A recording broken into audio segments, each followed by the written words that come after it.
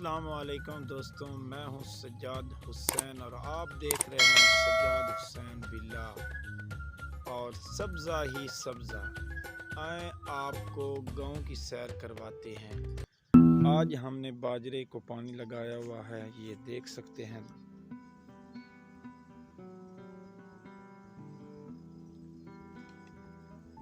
दोस्तों ये आप देख रहे हैं बाजरे की फसल, माशाल्लाह बहुत खूबसूरत फसल और खूबसूरत नज़ारा।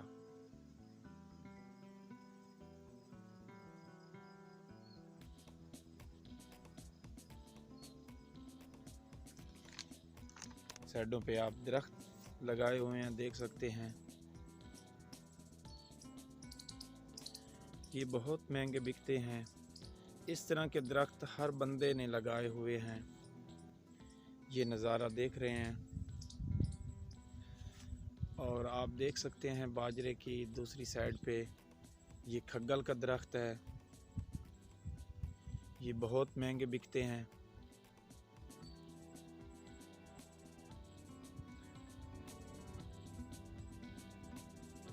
मूंगफली की फसल देख रहे हैं। ये फसल 1 महीने तक तैयार हो जाएगी और बाज़ारों में बिकने जाएगी।